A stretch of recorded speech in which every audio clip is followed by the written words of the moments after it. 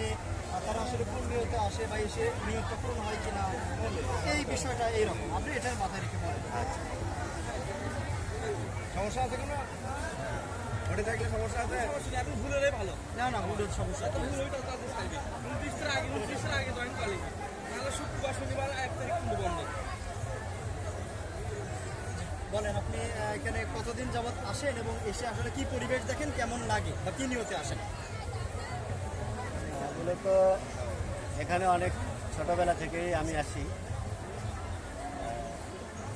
এখানে শাহ সুলতান মাহিশর বলটি সাহেব উনি আসছিলেন, ওনার নামের সাথে একটা নাম দেখতে পাচ্ছি আমরা, মাহিশোয়া। এটার অর্থ হলো মাছের পিঠে শোয়ার হয়ে আসে। এটা অস্ত্রের ভয় দেখে আসা যায় না, এটার জন্য আধ্যাত্মিক সাধনার প্রয়োজন হয়। এই আধ্যাত্মিক সাধনা ওনার ভিতর ছিল এবং সেটাতেই উনি আসছিলেন। এখানে হিন্দু রাজা ছিল পরশুরাম, ওনার সঙ্গে উনি জেহাদ করে ইসলামের বিজয় পতাকা উত্তোলন করেছিলেন এখানে। সেই বিজয়ের দিনকেই মূলত আজকে, এবং সেই বিজয়ের দিনটাকে কেন্দ্র করেই আজকের এই দিনে বৈশাখের শেষ বৃহস্পতিবারে বিভিন্ন জায়গা থেকে ভক্ত অনুরাগীরা এখানে আসেন, শাহ সুলতান বাবার রজা মোবারক জিয়ারত করেন এবং মহান আল্লাহর দরবারে বিভিন্ন মনস্কামনা মানুষ উত্থাপন করেন। আচ্ছা, আপনার কাছে একটু জানি যে খুব সুন্দর কথা বলেছেন, ধর্মের কথা বলেছেন, এই ইসলামের জন্য তিনি কাজ করেছেন এবং ওই জন্য এসেছেন।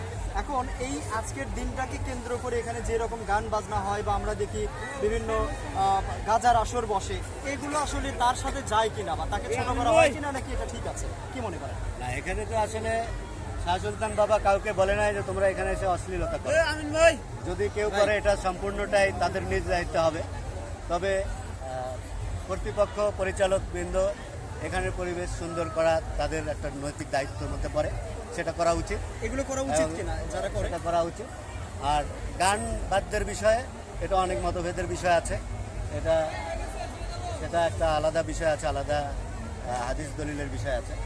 এগুলো নিয়ে আমি মন্তব্য এই মুহূর্তে করতে চাচ্ছি আপনি না। একটু বলবেন যে যারা এই যে গাঁজা বিষয়টা যেগুলো না, আছে গাঁজার বিষয় তারা এটা- পথভ্রষ্ট কিনা? না, তারা অবশ্যই পথভ্রষ্ট, কারণ এটা এখন সাধনাই বলুক আর সাধক যেটা যেভাবে উত্থাপন করতেছে, আসলে এখানে দুইটা ধারা, একটা হলো পাগল। তো পাগলদের জন্য ইসলামের কোনো কিছুই তাদের উপর বর্তাবে না, কোনো আইনই তাদেরকে দেয় না বা আইনের আওতায় পড়ে না। পাগল পাগল, কিন্তু পাগল বাদ দিয়ে যারা কাপড় চোপড় পরে আছে, যাদের সুস্থ মস্তিষ্ক, যারা সংসার ধর্ম করে খাচ্ছে, তারা একটা এগুলোর মধ্যে যারা আসতেছে করতেছে, এগুলো পুরাই ভণ্ডামি।